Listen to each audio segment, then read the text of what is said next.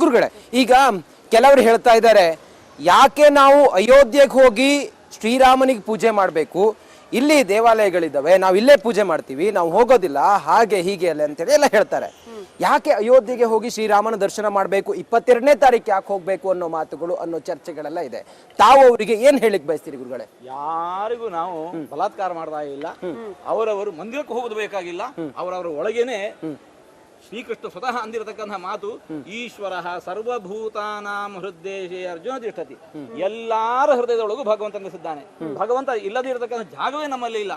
ಹಾಗಾಗಿ ಯಾರ್ಯಾರಿಗೆ ಎಲ್ಲೆಲ್ಲಿ ಭಗವದ್ ಆರಾಧನೆ ಮಾಡಬೇಕು ಅಂತ ಅನಿಸತ್ತೋ ಭಗವದ್ ಆರಾಧನೆ ಮಾಡಬೇಕು. ಅವ್ರು ಪ್ರಾಮಾಣಿಕವಾಗಿ ಮಾಡಬೇಕು. ಎಲ್ಲಿ ಅವರಿಗೆ ಮಾಡಬೇಕು ಅಂತ ಅನಿಸುತ್ತೋ ಅಲ್ಲಿ ಮಾಡ್ಲಿಕ್ಕೆ ವಿಪುಲವಾದ ಅವಕಾಶ ಇದೆ. ಯಾರಿಗೆ ಯಾರೂ ಬಲಾತ್ಕಾರ ಮಾಡೋದು. ಶ್ರೀಗಳೀಗ ರಾಜಕೀಯ ನಾಯಕರು ವಿರೋಧ ಮಾಡಿದ್ದನ್ನ ನಾವು ಗಮನಿಸಿದ್ವಿ. ರಾಮ ಎಲ್ಲರಿಗೂ ರಾಮನೇ, ಬರೀ ದೇಶ ಅಲ್ಲ ಇಡೀ ಜಗತ್ತೇ ಇದನ್ನ ಒಪ್ಕೊಳ್ತಾ ಇದೆ, ಎಲ್ಲರಿಗೂ ನಮ್ಮ ರಾಮ ಅಂತ. ಆದ್ರೆ ಶಂಕರಾಚಾರ್ಯ 2 ಪೀಠದವರು ವಿರೋಧ ಮಾಡ್ತಿದ್ದಾರೆ ಈ ಉದ್ಘಾಟನೆ ಸಮಾರಂಭಕ್ಕೆ. ತಮ್ಮ ಅಭಿಪ್ರಾಯ ಏನು ಅಂತ, ವಿರೋಧ ಯಾಕೆ ಅಂತ? ಈ ತನಕದಂತಹ ವಿರೋಧ ನಮ್ಮ ಗಮನಕ್ಕೆ ಬಂದಿಲ್ಲ. ನಮ್ಮ ಗಮನಕ್ಕೆ ಬಂತು ಅಂತ ಹೇಳಿ ನಾವು ಅದರ ಬಗ್ಗೆ ಏನಾದ್ರು ಅದು ಯಾಕೆ ಬಂದಿದೆ ಏನು ಅಂತ ತಿಳ್ಕೊಂಡು ನಾವು ಮಾತಾಡ್ಬೇಕಾಗತ್ತೆ.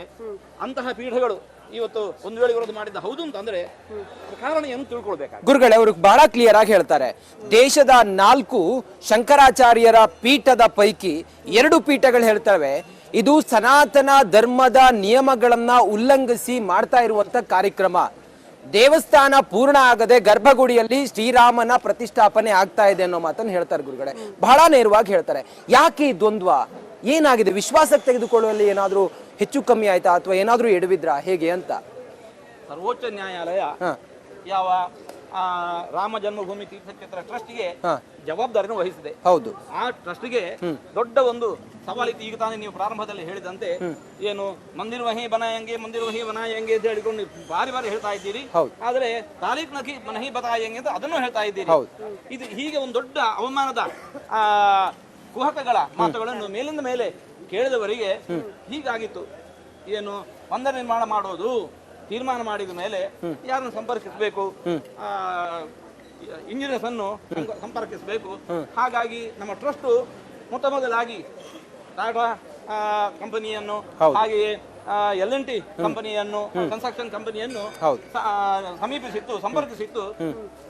ಅಂತಹ ಇಂಜಿನಿಯರ್ಸ್ ಕಂಪನಿ ಹೇಳಿದಂತಹ ಮಾತು 2.5 ವರ್ಷದಲ್ಲಿ ಇದನ್ನು ನಾವು ನಿರ್ಮಾಣ ಮಾಡಿಕೊಡಬಹುದು. ಆದ್ರೆ ಅದನ್ನು ಹಾಗೆ ಘೋಷಣೆ ಮಾಡಿ ಕೆಲಸ ಪ್ರಾರಂಭ ಮಾಡಿದ ಮೇಲೆ ಗೊತ್ತಾದದ್ದು ಭೂಮಿ ಅಷ್ಟು ಬಲವಾಗಿಲ್ಲ. ಭೂಮಿಯ ಧಾರಣ ಸಾಮರ್ಥ್ಯ ಅದೇನು ಅವರು ಪರೀಕ್ಷಿಸಿರ್ಲಿಲ್ಲ, ಯಾರು ಪರೀಕ್ಷಿಸಿರ್ಲಿಲ್ಲ. ಹಾಗಾಗಿ ಮಂದಿರ ಕಟ್ಟಲಿಕ್ಕೆ ಇಷ್ಟು ಸಮಯ ಬೇಕು. ಇನ್ನು ಒಳಗಿಳಿದ ಮೇಲೆ ಗೊತ್ತಾದದ್ದು ಸುಮಾರು 50-60 ಅಡಿಗಳ ತನಕ ಕೂಡ ಆ ಭೂಮಿ ಬರಿದೇ ಧೂಳು ಮರಳು ಕೂಡಿರುವಂತಹದ್ದು. ಹಾಗೆ ಇದರ ಮೇಲೆ ಭವ್ಯವಾಗಿರತಕ್ಕಂತಹ ಶಿಲಾಮಯವಾಗಿರತಕ್ಕಂತಹ ಮಂದಿರ ನಿರ್ಮಾಣ ಮಾಡೋದು ಸಾಧ್ಯ ಇಲ್ಲ. ಹಾಗಾದ್ರೆ ಈಗ ಆ ಭೂಮಿಯನ್ನೆಲ್ಲ ಪರಿಶೋಧನೆ ಮಾಡಿ ಏನು ಮಂದಿರ ವಹಿ ಬನಾಯಂಗೆ ಅಂತ ಹೇಳಿಕೊಂಡು ಬಾರಿ ಹೇಳ್ತಾ ಇದ್ದೀರಿ.